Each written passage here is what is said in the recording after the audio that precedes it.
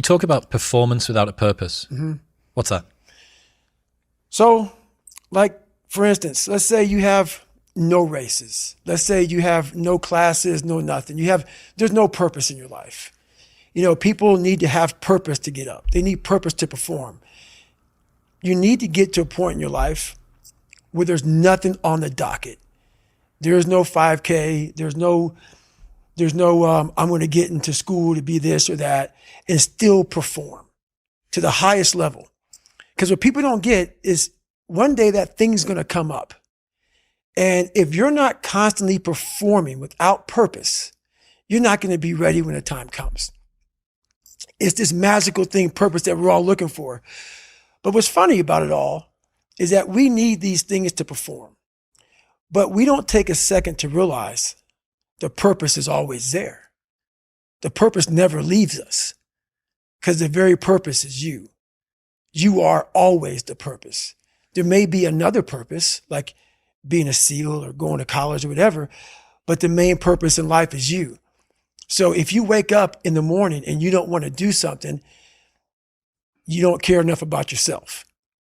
And that's what you need to really research is, man, why am I not doing this for myself? Because that is the number one purpose in life, is to better oneself. So that's the only purpose I fucking need. So the reason I get up every day, even though there's no race or there's no school, or there's nothing in front of me, is because I have pride in myself. But where do you go to? You wake up on a morning, it's cold, it's wet, it's dark, you've got no cartilage in your knee, you've got shitty shorts, whatever it is that's the issue today. Keep talking. You've got these problems, right? I need you to keep talking about what you were just saying. It's warm on the couch. That's Your it. missus says stay in That's bed. it. It's comfy. That's it's cozy. That's You've got it. work later on. You had an argument last night. You're slightly it. hungover. Because I know every motherfucker ain't going to do what I'm going to do. So this is how you level up. That's how you level up.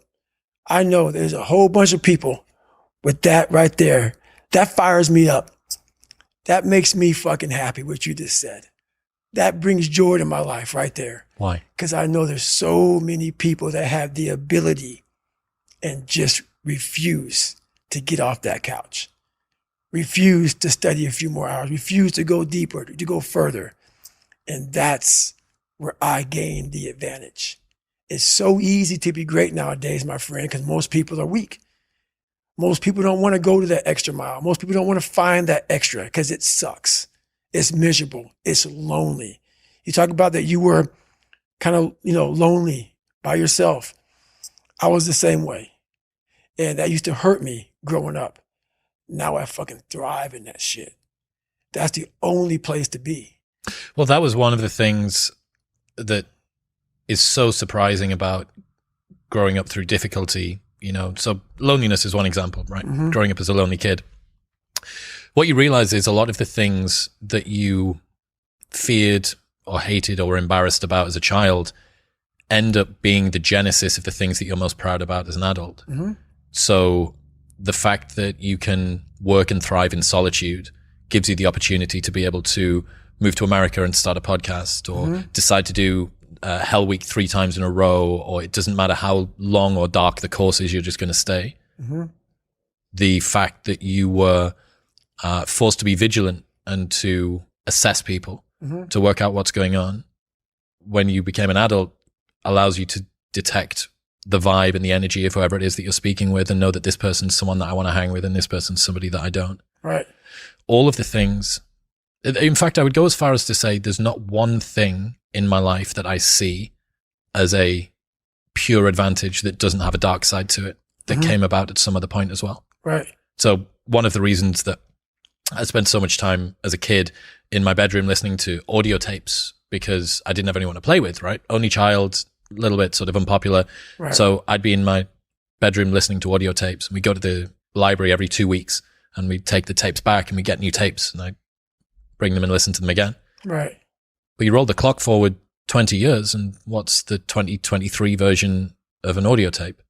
It's a podcast. It's a podcast. That's right. A lot of the things that you love and value in yourself in adulthood are the light side of something that you were ashamed, fearful, disgusted by when you were younger. Yeah. I mean, I think that comes from overcoming.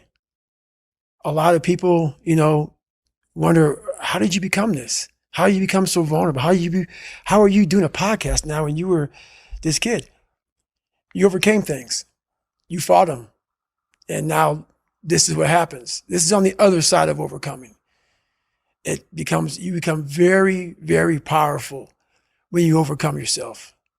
All those things you once cowered from, you were afraid of, when you face them eye to eye every day, you now become a person who has a great podcast.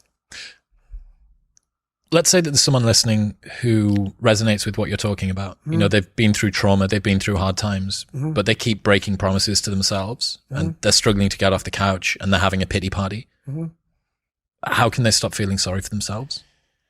That's a difficult one, because you have to want it. You have to want to be better.